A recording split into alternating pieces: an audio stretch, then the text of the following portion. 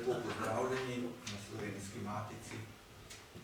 Predno začnemo z današnjim predavanjem, vas bi rad opozoril, da danes teden je sprehod po Ljubljani s poznavanjem kamnin.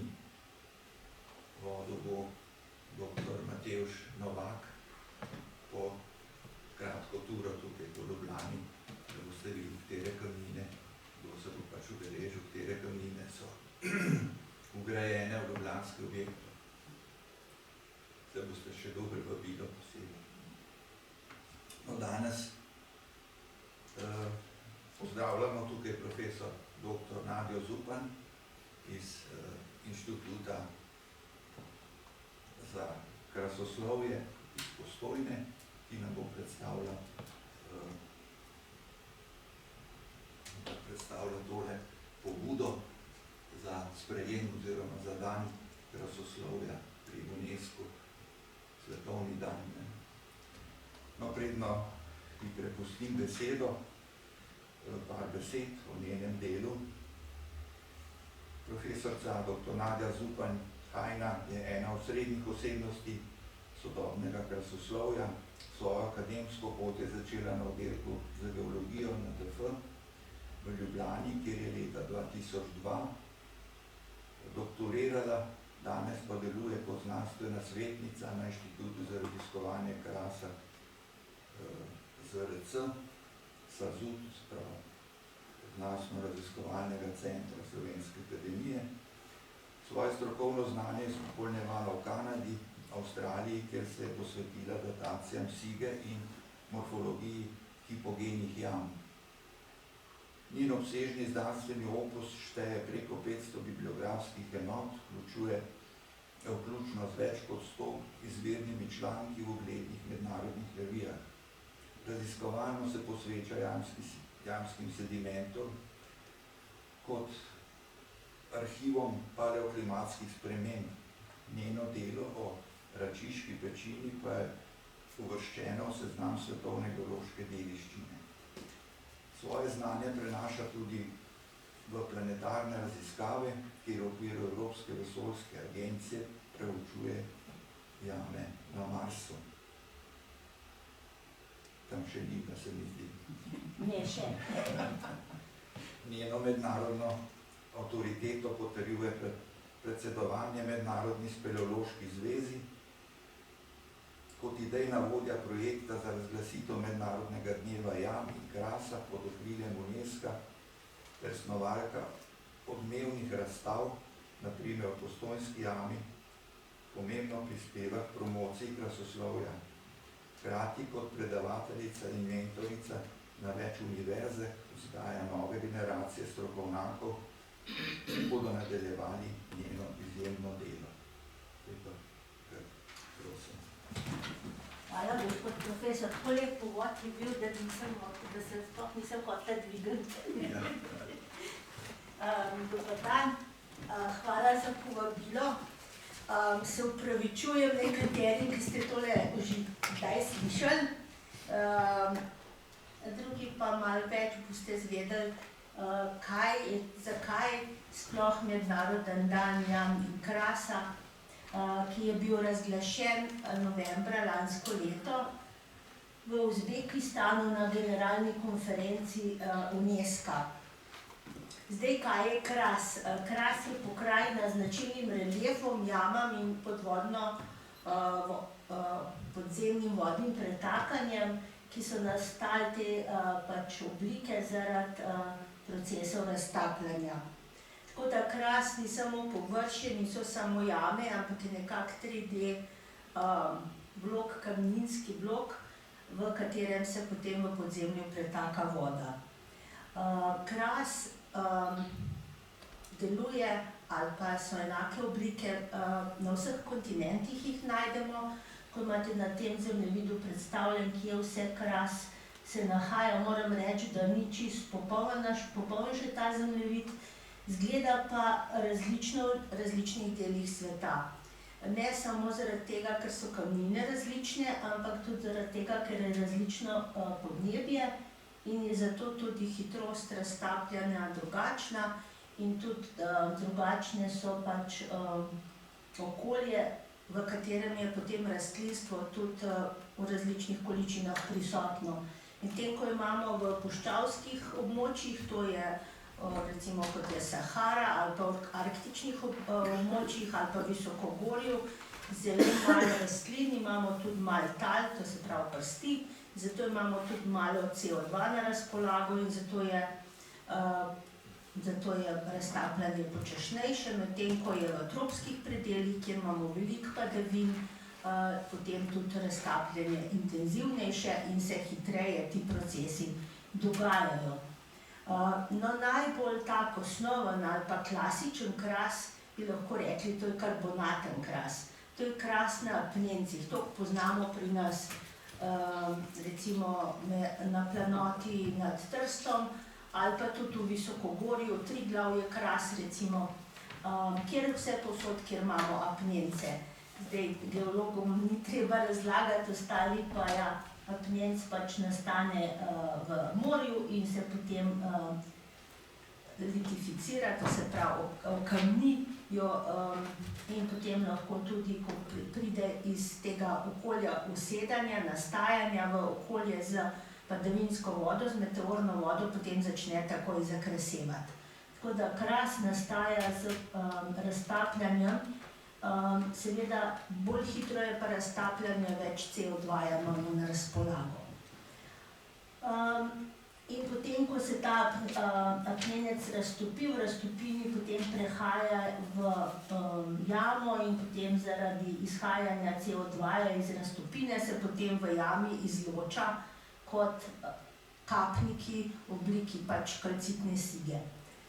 Tak karbonatni kras recimo najdemo tudi v drugih karbonatnih kamninah, kot so apnenci ali pa, ne vem, različni konglomerati, ki jih v glavnem sestavljajo apnenci in dolomiti ali pa brečah, tako da to je klasičen karbonatni kras, ki je bil tudi prvi opisan kot kras.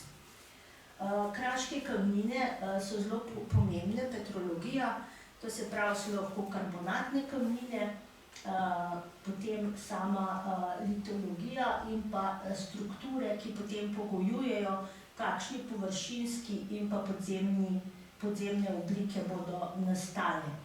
Zdaj, kras smo rekli, ta klasičen je na karbonatnih kamninah, kras pa najdemo tudi in jame v sadri in pa tudi v soli. Tudi tega imamo po svetu kar precej.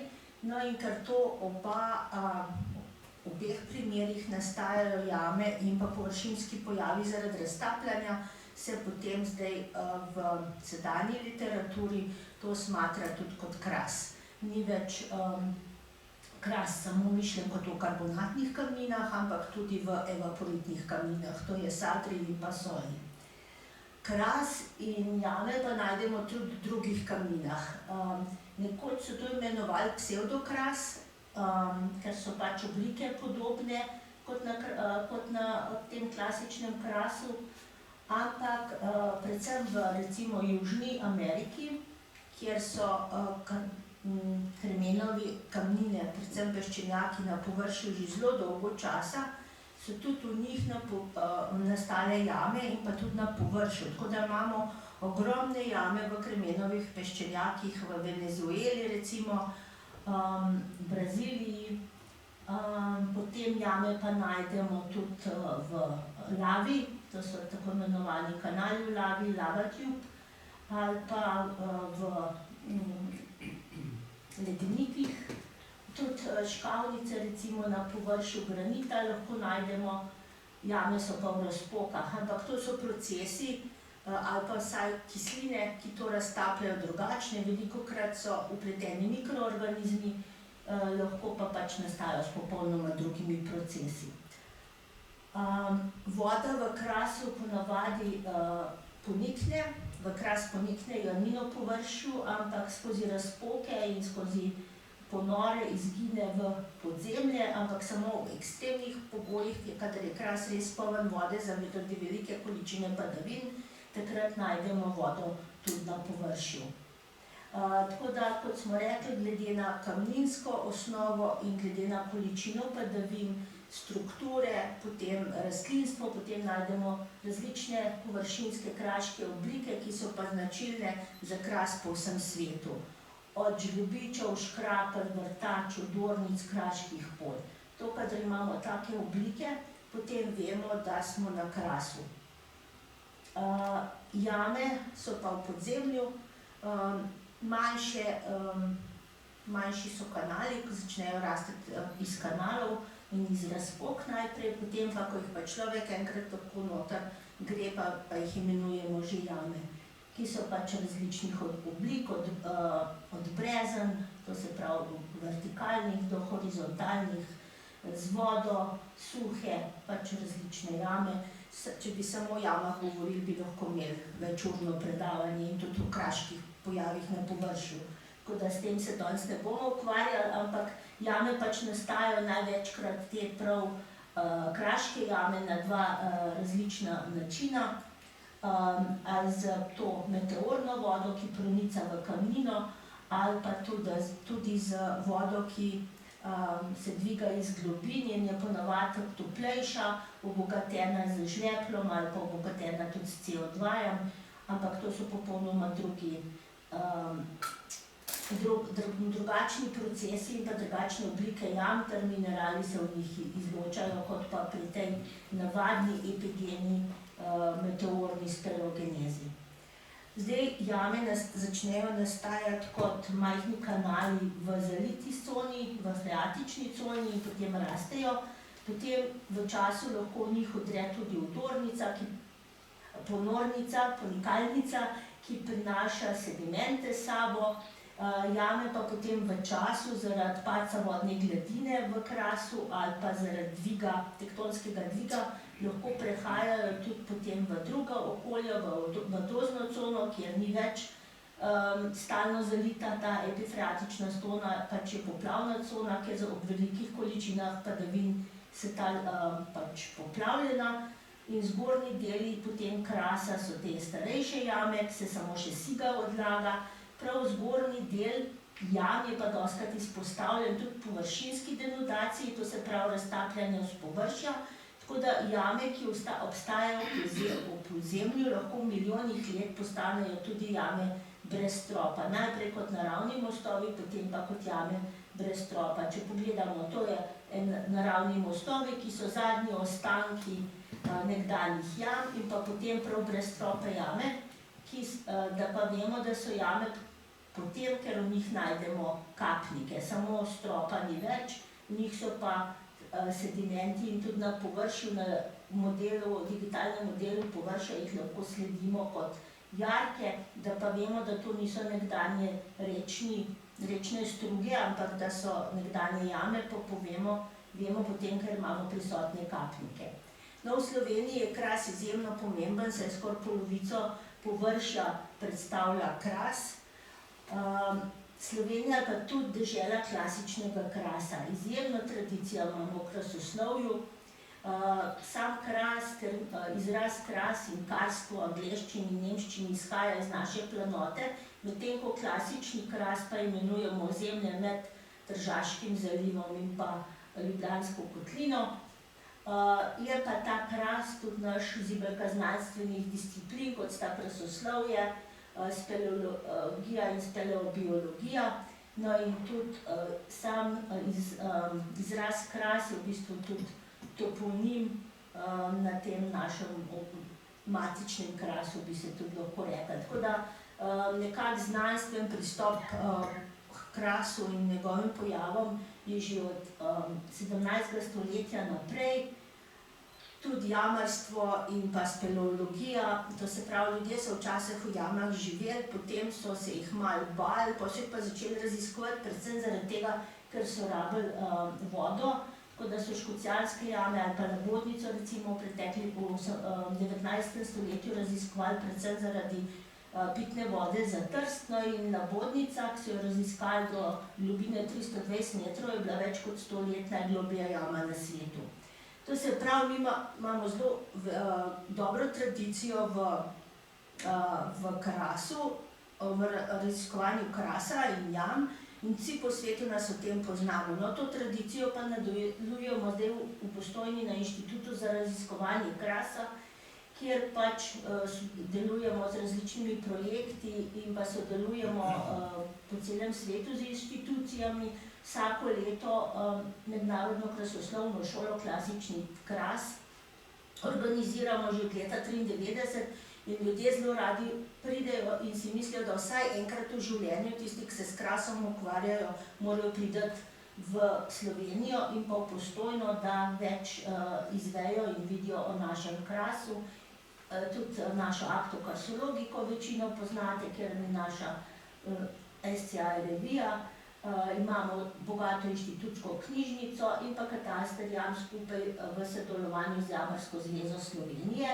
Imamo tudi doktorsko študij krasoslovja z Univerzo v Novi Gorici in pa na našem inštitutu je od leta 2002 sedež Mednarodne speleološke zveze. To je pa neprofitna nevladna organizacija, ki je bila leta 1965 ustanovljena v času 4. speleološkega kongresa, ki je bil organiziran v Ljubljani in pa Postojni. No in od leta 2002 je pa tudi ta zveza registrirana v Sloveniji. To pa zaradi tega, ker ima pač Slovenija tako res izjemno tradicijo v speleologiji in pa v krasoslovju, ter zaradi tega, ker smo bili nekako pozicionirani med vzhodom in zahodom in so se tudi zaradi tega odločili, da bo ta zveza imela sedež v Sloveniji. Namen, še to 57 držav članic je trenutno, pač to niha glede na menjavo generacij, bi lahko rekli. Potem zveza je tudi članica Mednarodnega znanstvenega sveta, namen je pa predvsem spodbujanje znanstvenega pa tehničnega sodelovanja. To se pravi jamarskega raziskovanja in pa znanstvenega raziskovanja jam. Deluje prek tematskih komisij, spodbuja raziskovanje, interdisciplinarne raziskave, izobraževanje in varstvo jam in omogoča nekakšne platforma za globalno izmenjavo, predvsem z organizacijo mednarodnih speleoloških kongresov, ki se jih vsake 4 leta, že od leta 1953 organizira in zadnji je bil lansko leto v Braziliji, naslednji bo pa čez 3 leta v Romuniji. No in zdaj pa kakšen je to globalni pomen jam in krasa in zakaj je taka potreba po zaščiti njegovih posebnosti in virov, za kar se je nekako Mednarodna speleološka zveza odločila pred nekaj leti. Predvsem pa sem si jaz kot ta predsednica med letom 2022 do leta 2025 zadala kot prednostno nalogo, da to spravim na UNESCO in poskušam pridobiti to podporo za razglasitev mednarodnega dneva. Zakaj je zdaj to pomembno? To smo rekli že, ker kras najdemo na vseh kontinentih in karbonaten, ta klasičen kras, predstavlja približno 15% zemljine površine brez ledu, vključno z evaporitnim krasom. Če pa damo še kras na kremenovih kamninah, pa jame v drugih kamninah, skupaj pa presega 20%, lahko bi že rekli skoraj 25%. No in že sedaj se približno 9% svetovnega prebivalstva uporablja kraško vodo za pitje, zaloge so pa skoraj do 20% ali pa še več in zato se jim tudi na UNESCO zdi, da je to zelo pomembno okolje, predvsem za človeško prihodnost. Zdaj, zakaj smo še rekli? Zaradi tega, ker so to edinstvene pokrajine in jame izjemnega geološkega, hidrološkega, ekološkega, znanstvenega, kulturnega in gospodarskega pomena. Zdaj, če to malo bolj še pogledamo, kras kljub temu, da veliko vemo o njem, še vedno, predvsem med ljudmi, še vedno ostaja podcenjen in slabo razumljen. Predvsem zaradi tega, ker je skrite narave ter zapletenih geoloških, hidroloških in ekoloških sistemov ter procesov. Zato je zelo težko razumeti, kaj se dogaja pod našimi nogami, če tega ne vidimo. Zato so zelo pomembne hidrogeološke raziskave kraškega sistema, da se pač naučimo in da razumemo pretakanje vode v krasu.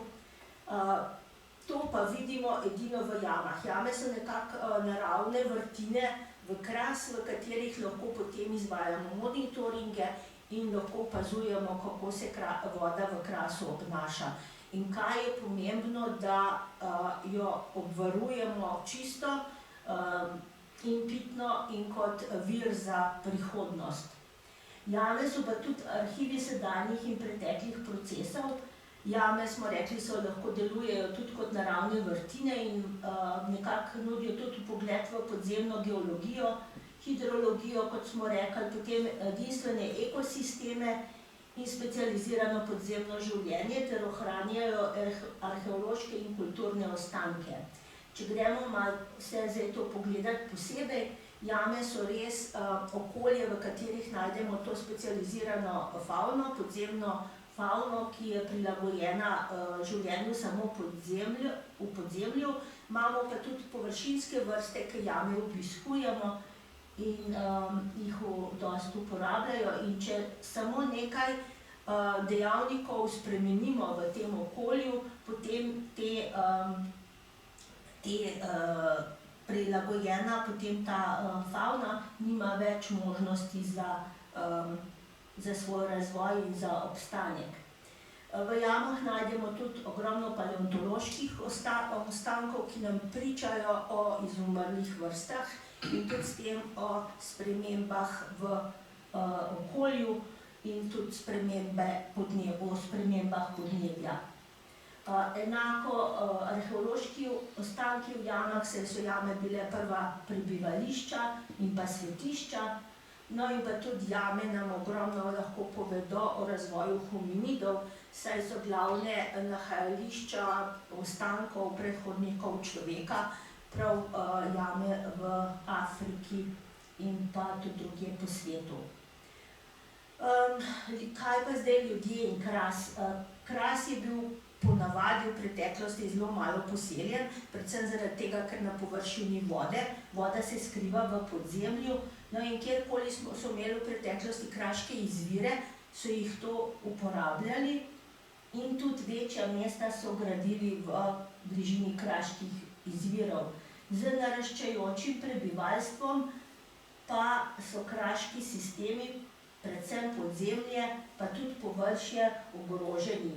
Pa ne samo zaradi rasti prebivalstva, ampak tudi zaradi podnebnih sprememb. No, največje grožnje podzemnim okoljem in vodam, jamam, geološkim in podnebnim arhivom ter specializirani fauni so urbanizacija in gradnje,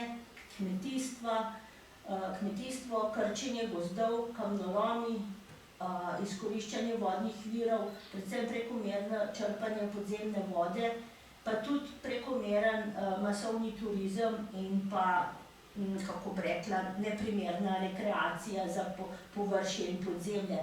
Predvsem zato si moramo predstavljati, da Kras je zelo ranljiv, to pa zaradi tega, ker je razpokan in vsa voda, takoj ko prenikne v podzemlje, se tam pretaka v odprtih kanalih. In ti odprti kanali v bistvu vode ne prečistijo, ampak točno tako, ki jo zlijemo v Kras, točno tako priteče tudi do izvirov. Zato Kras nima velike čistilne sposobnosti in je velika obremenitev pa za okolje vsa človekova aktivnost, predvsem na podzemlje. In velikokrat tudi ljudje, zato ker ne vidijo, ker je očem skrito, jih to ne boli. To se pravi, če nekaj vržemo v jamo, če splaknemo greznico v podzemlje, saj tega ne vidimo, v bistvu pa ne, da uničimo samo pitno vodo, uničimo tudi vse te naravne ekosisteme v podzemlju in pa tudi dostikrat te arhive preteklosti lahko uničujemo. No, če sam par primerov s Krasa pokažemo, od grada, intenzivnega kmetijstva, krčenja gozdov, ali pa tudi te monokulture, vse to spreminja kraško površje in podzemlje, masovni in neodgovorni turizem, tudi turizem v jamah in pa pač odlagališča, nelegalna odlagališča v jamah, vse to dela probleme našemu podzemlju. In zdaj, če pogledamo samo človekov vpliv na Kras, na primeru Postojne, kjer jaz sedaj bivam, V okolici imamo kraško planoto Nanos, Javorniki, kjer je kras, potem imamo reko Pivko, ki ponika v Postojnsko jamo. No in vsa voda iz teh območij se tudi izteka na zelo pomemben kraški izvir v Malnih, ki predstavlja vodooskrbno točko za vso Notranjsko. No in če samo tukaj pogledamo, mesto Postojna z večmi vasmi, avtocesta, železnica, smetišče, intenzivno kmetijstvo, industrija, vojaško vadbišče, vse to potem lahko v podzemlju onesnažuje vodo in pa ogroža ekosisteme. Tako da dostikrat niti ne pomislimo, kaj vse lahko na Kras slabo vpliva. Ne samo tiste velike stvari, ampak tudi čisto vsakdanje življenje. No in uničeni kraški sistemi so potem prisotni po celem svetu in te so zelo težko pač obnavljajo. Če samo pogledamo naš kraški izvir Krupa v Beli krajini, je že iz 70-ih let prejšnjega stoletja neuporaben, čeprav je čist lep izvir, ampak zaradi različnih kemikalij v zaledju pač ni piten. No in zaradi tega, ker smo rekli, da so kraške jame in sistemi ogroženi zaradi rasti prebivalstva in podnebnih sprememb, moramo vedeti, da tudi če živimo na Krasu in če potrebujemo gospodarski razvoj, moramo nekako upravljati čezmeraj trajnostno s tem Krasom in s kraškimi pojavi, kar je pa včasih težko, posebej v nerazvitih državah, kjer zelo pač zavisi od razvoja ekonomije, razvoja gospodarstva, ampak če ljudje so ozaveščeni in če razumejo, kaj se s Krasom in v Krasu dogaja, potem jih je lažje prepričati in jim lažje povedati, kaj je sploh trajnostno gospodarjenje na kraških območjih.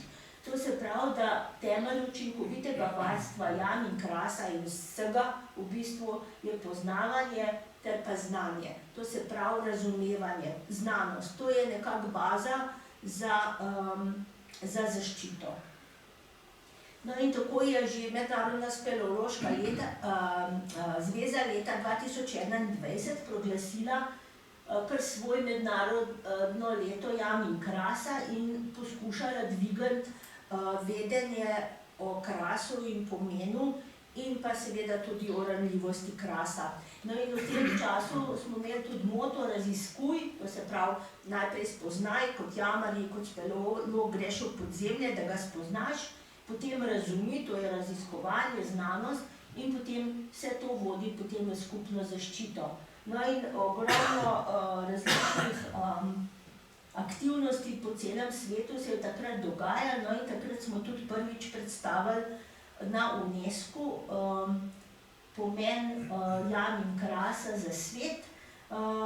To je bilo 13. septembra leta 2021. To leto smo pa potem zaradi covida raztegnili še na leto 2022. No in leto 2022 so nas pa tudi prosili, da smo na UNESCO v Parizu predstavili tudi pomen kraških vodonosnikov za zaloge pitne vode, za to podzemno vodo, za zaloge pitne vode, kar je bilo tudi zelo dobro sprejeto.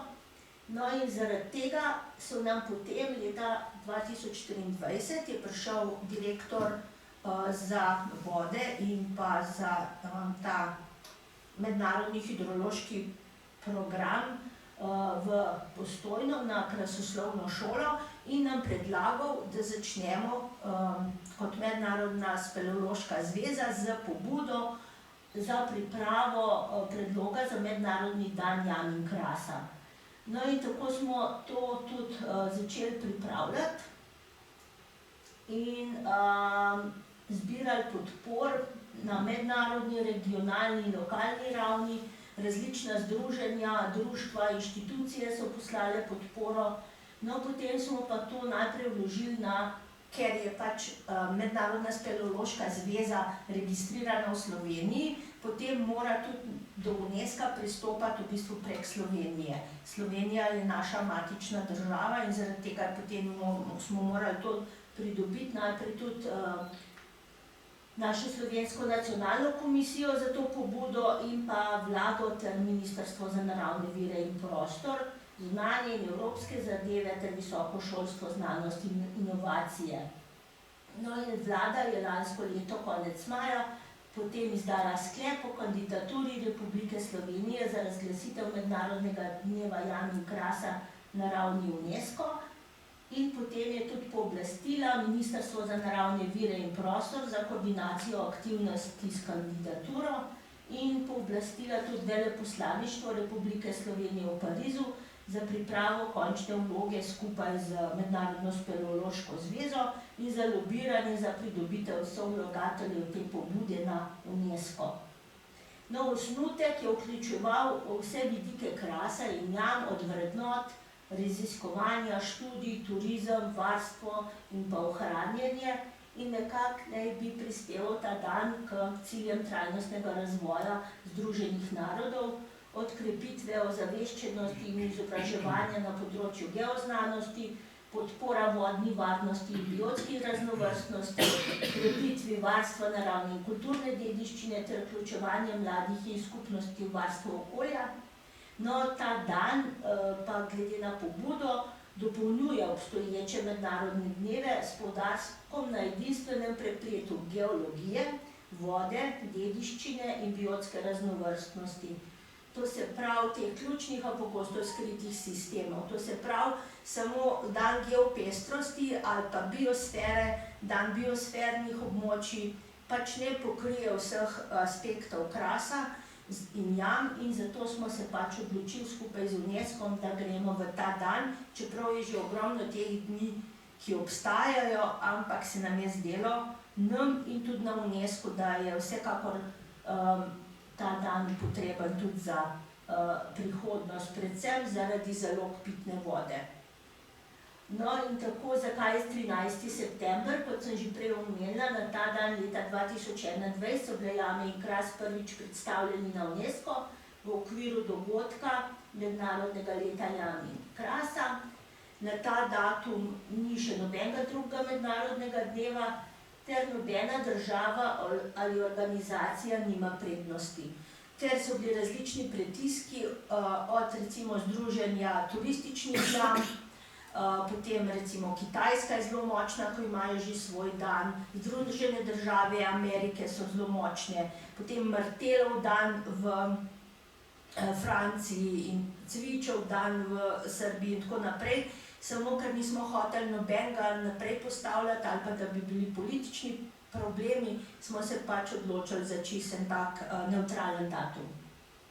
Zdaj potem za ta predlog je podprlo 17 mednarodnih organizacij, zdaj malo bolj majčkan, ampak recimo Mednarodno združenje hidrologov, potem Mednarodno geografsko združenje, Mednarodno združenje za kvartar, INQA, Mednarodno združenje za tla, Soil Sciences, potem Geomorfološko svetovno združenje, potem ProGeo, to se pravi za zaščito geološke dediščine, potem za podzemno biologijo in tako naprej. Tako da potem še ogromno regionalnih organizacij, potem 39 držav članic UIS-a, to se pravi Mednarodne speleološke zveze in pa 95 nacionalnih organizacij in inštitucij.